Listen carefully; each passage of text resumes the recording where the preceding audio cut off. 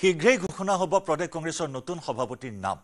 এপিচিচিৰ সভাপতিৰ দৌৰত গৌৰৱ গগৈ, প্ৰদ্যুৎ বৰদলৈ আৰু দেৱব্ৰত শইকীয়া। প্ৰদেশ কংগ্ৰেছৰ নতুন সভাপতি নিৰ্বাচনক লৈ শুকুৰবাৰে দিল্লীত অনুষ্ঠিত হয় ৰুদ্ধদ্বাৰ বৈঠক। বৈঠকত উপস্থিত থাকে মল্লিকাৰ্জুন খাৰ্গে, ৰাহুল গান্ধী, কেশী বেণুগোপাল, জিতেন্দ্ৰ সিং। বৈঠকত উপস্থিত থাকে প্ৰদেশ কংগ্ৰেছৰ সভাপতি ভূপেন বৰা, বিৰোধী দলপতি দেৱব্ৰত শইকীয়া, সাংসদ ৰকিবুল হুছেইন, প্ৰদ্যুৎ বৰদলৈ, বিধায়ক জাকিৰ হুছেইন সিকদাৰ। আজি দিল্লীত উপস্থিত হ'ব গৌৰৱ গগৈ। অসমৰ লগতে আৰু কেইবাখনো ৰাজ্যৰ নেতৃত্বৰ হাল সলনিৰ ওপৰত হ'ব আলোচনা। ভূপেন কুমাৰ বৰাই এআইচিচিৰ সাধাৰণ সম্পাদকৰ পদবী লাভ কৰাৰ সম্ভাৱনা প্ৰবল। ইপিনে অসম প্ৰদেশ যুৱ কংগ্ৰেছৰ সভাপতি জুবেইৰ আনমক জৰুৰীভাৱে দিল্লীলৈ তলব কৰা হৈছে। দিল্লীত ৰাহুল গান্ধীক সাক্ষাৎ কৰিব অসম প্ৰদেশ যুৱ কংগ্ৰেছৰ সভাপতি জুবেইৰ আনমে। ইতিমধ্যে নিশাই দিল্লীলৈ ৰাওনা হৈছে যুৱ কংগ্ৰেছৰ সভাপতিগৰাকী। আমাৰ জ্যেষ্ঠ সাংবাদিক বিপুল বৰ্মনৰ সৈতে সংযুক্ত হৈছোঁ। বিপুল, ইতিমধ্যে পঞ্চায়ত নিৰ্বাচনতো মুখ ঠেকেচা খালে কংগ্ৰেছে। সন্মুখত ২৬ৰ বিধানসভা নিৰ্বাচন আৰু তাৰ পিছত এই ধৰণৰ তৎপৰতা এপিচিচিৰ সভাপতি হাল সলনিক লৈ এই ব্যাপক গুণাগথা বৰ্তমান। হয় জয়ন্ত, কংগ্ৰেছে ধাৰাবাহিকভাৱে ইটোৰ পিছত আনটো নিৰ্বাচনত যি ধৰণে তেওঁলোকে পৰাজয় বৰণ কৰিছে, বিশেষকৈ যোৱা বিধানসভা নিৰ্বাচন ২০২১ৰ পিছত ভূপেন কুমাৰ বৰাই সভাপতিৰ দায়িত্ব লৈছিলে আৰু তাৰ পিছতে তেখেতে অৱশ্যে লোকসভা নিৰ্বাচনত যোৱাবাৰ ৩জন সাংসদ বিজয় কৰিব পাৰিলে, কিন্তু শেহতীয়াকৈ পঞ্চায়ত নিৰ্বাচনত যিটো বেয়া ফলাফল আছিলে আৰু তাৰ আগতে ৰাভা হাছং ইত্যাদি বিভিন্ন আৰু এই গোটেই কথা বতৰাবিলাক আলোচনা যোৱাকালি হৈছিলে নিখিল ভাৰত কংগ্ৰেছ কমিটি মানে এআইচিচি ইন্দিৰা ভৱনত। তাতে মল্লিকাৰ্জুন খাৰ্গে বা তাতেই ৰাহুল গান্ধী আৰু AICC general secretary Venugopal, KC Venugopal, লগতে তত্ত্বাৱধায়ক জিতেন্দ্ৰ সিং উপস্থিত আছিলে আৰু অসমৰ তৰফৰ পৰা ভূপেন কুমাৰ বৰাৰ লগতে তাত দেৱব্ৰত শইকীয়া আৰু প্ৰদ্যুৎ বৰদলৈ উপস্থিত আছিলে।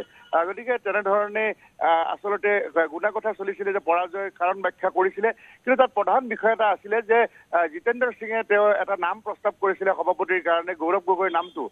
গতিকে এটা সময়ত আকৌ ৩টা নাম আছিলে যে পৰৱৰ্তী এপিচিচিৰ সভাপতি কোন হ'ব, তাত গৌৰৱ গগৈ, প্ৰদ্যুৎ বৰদলৈ, দেৱব্ৰত শইকীয়াৰ নাম আছিলে। কিন্তু নিশা যেতিয়া প্ৰায় ১১ বজাত সভা সামৰণি পৰিছে, তাৰ আগলৈকে জিতেন্দ্ৰ সিঙে গৌৰৱ গগৈৰ নামটো প্ৰস্তাৱ কৰিছে, আমি এআইচিচি সূত্ৰৰ পৰা জানিব পাৰিছো।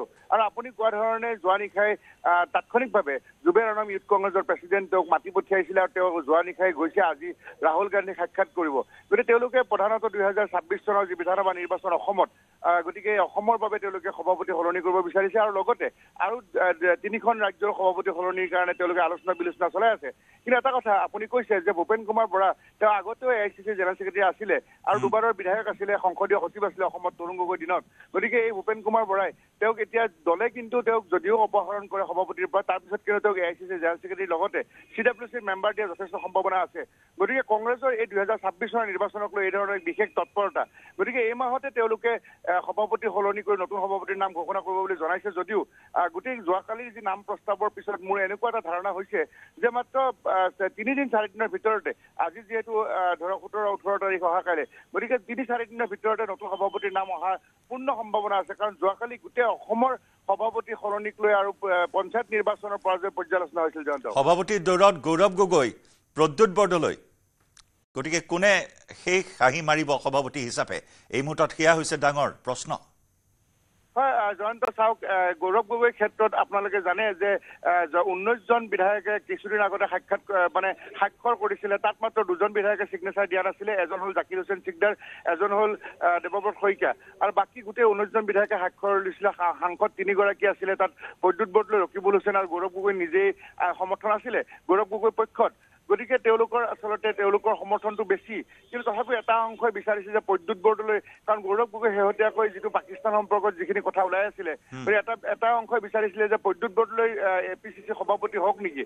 গতিকে তাৰ সমান্তৰালকৈ বিৰোধী দলপতি দেৱব্ৰত শইকীয়াৰ নামটো ওলাইছিলে, কিন্তু সকলোখিনি কথা এতিয়া সামৰণি পৰিছে। এতিয়া গৌৰৱ গগৈৰ নামটোৱে কেৱল ওৱান মেন পেনেল হিচাপে তেখেতৰ নামটো প্ৰস্তাৱ কৰা হৈছে। আৰু দুটা কথা জয়ন্ত, যে যিটো বিৰোধী দলপতি দেৱব্ৰত শইকীয়া আছে, তাত উপ দলপতি ৰকিবুল হুছেইন লোকসভালৈ যোৱাৰ পিছত সেই পদবী এটা খালী আছে।